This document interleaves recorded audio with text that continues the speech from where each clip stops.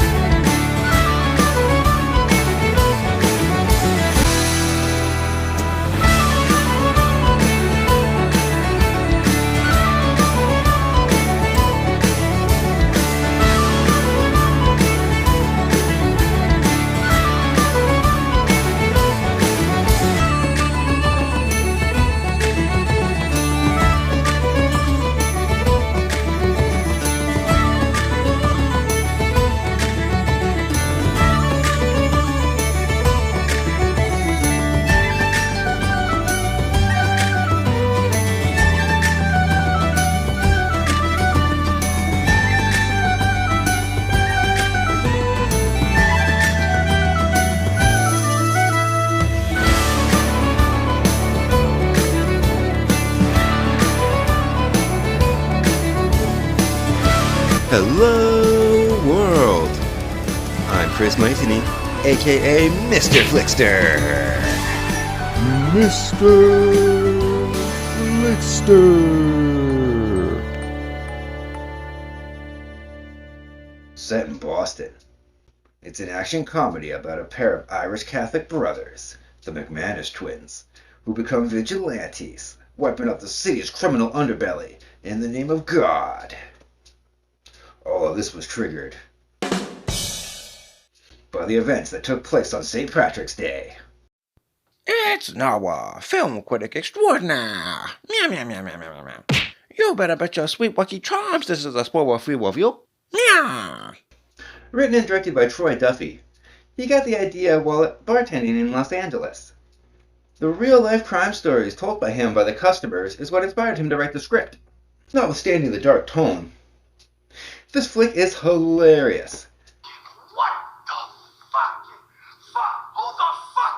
Fuck this fucking. How did you do fucking. Fuck! It's just so quotable. Certainly illustrates the diversity of the word.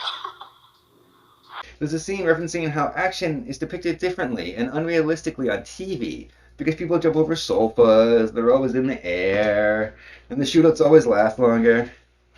That is so funny to me. That's good meta commentary.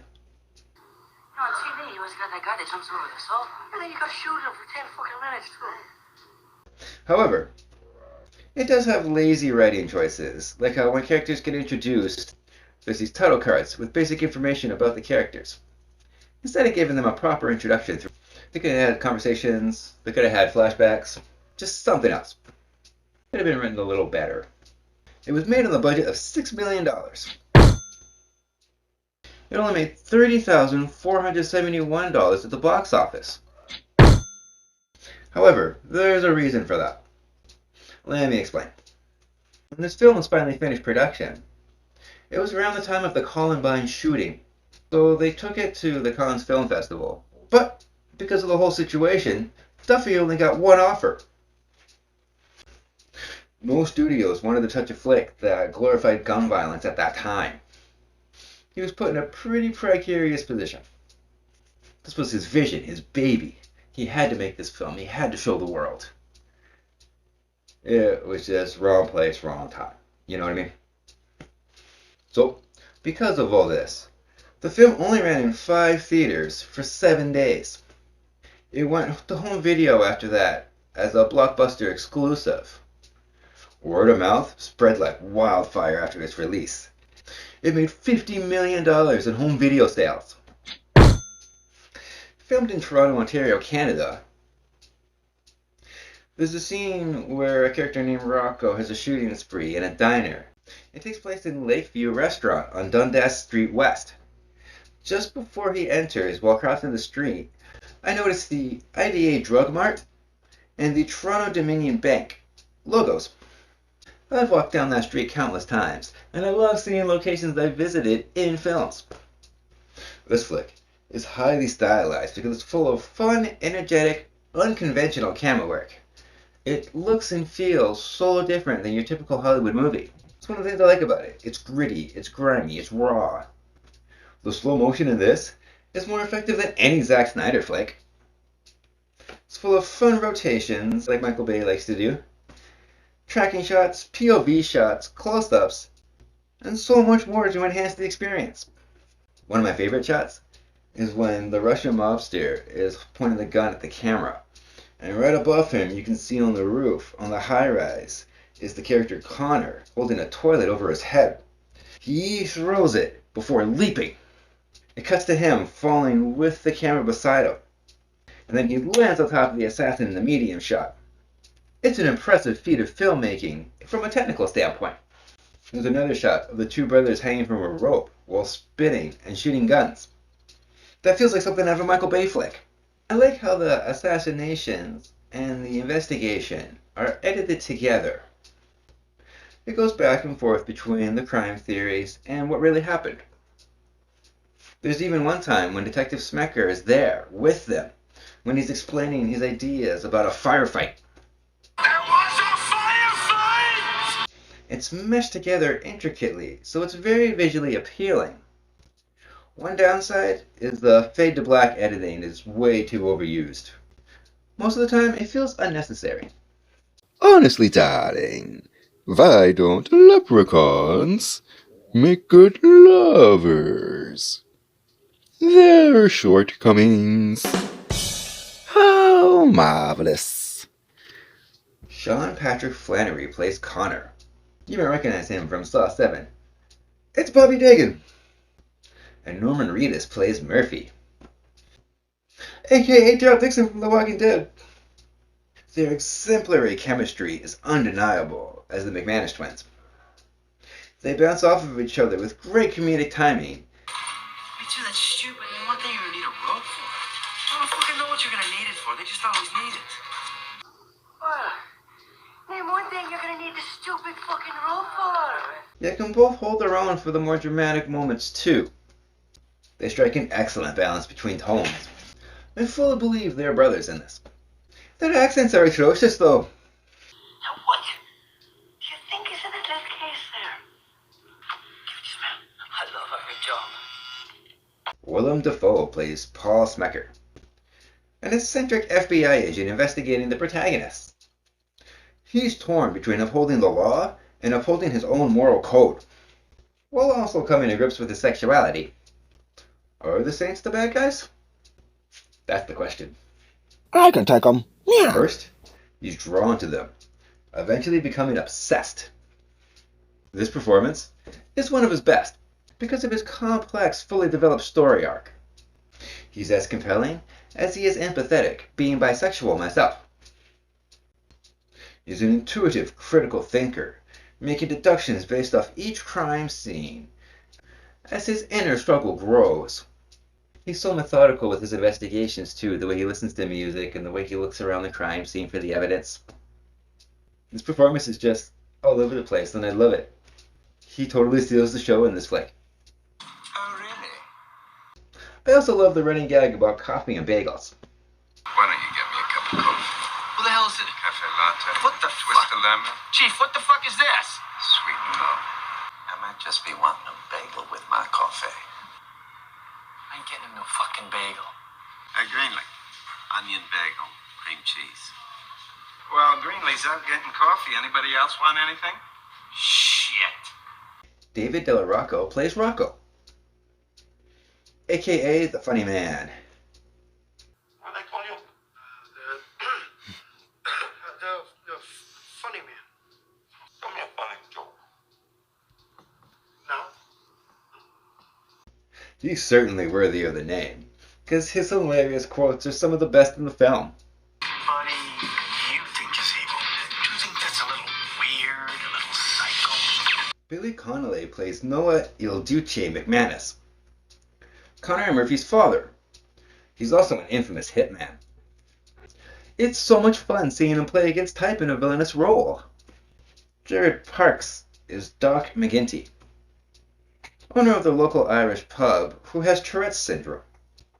He helps the Saints however he can, acting like a surrogate father to them in a way. His role is minor, yet vital, because his performance is both endearing and comical. It gives the flick heart and levity. Let's face it, I'm sure you've met someone who said this quote. Fuck! Ass! Carlo Rota is Giuseppe Papagio Iacovetta, the Russian mob boss, whose looming presence is felt because of his performance. He's not on screen very much, so when he is, he makes it count. He's such a good villain. He's intimidating, he's formidable. He's got a ton of henchmen that are willing to do anything at his beck and call. This guy is dangerous because he's so well respected. And Ron Jeremy plays Vincenzo Lapazzi, Iacovetta's right-hand man, in a delightful, noteworthy cameo. If you don't know who Ron Jeremy is, Google it. You'll be surprised. All I'll say is it rhymes with corn bar. Let's just say he's got a big package that he wants to deliver. If you think about it, Big Daddy, he will shamrock your world. Ho ho ho. Overall, I like how it presents the question, are the Saints the bad guys? Arguments are given on both sides, so it leaves it open to interpretation. It doesn't lean too hard on one side or the other, it lets you decide. It's a simple revenge story, but its layered character-driven plot goes deeper, so each person has their complexities. They're likable, but flawed. By taking justice into their own hands, the McManus twins become saints for the working-class citizens of the Boondocks they inhabit. The brothers also adhere to a strict moral code, killing only members of the Mafia.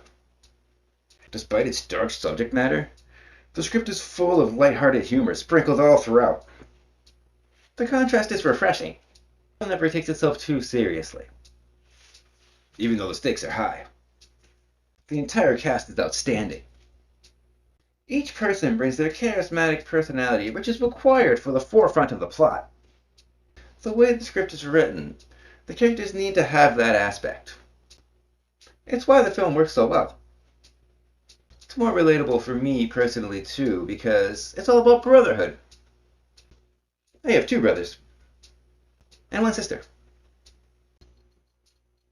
Fun fact, in total, this flick has 246 F-bombs and a body count of 33 people, plus 1 cat. I like to warn people about animal deaths, so you've been warned.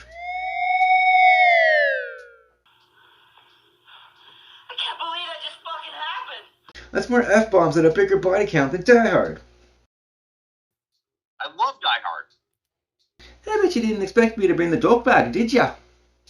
So, this flick reminds me of a combination of Reservoir Dogs, The Departed, and Desperado. So if you like those flicks, I recommend this one. So, my official grade for the Boondock Saints is large popcorn, with a large green beer on the side.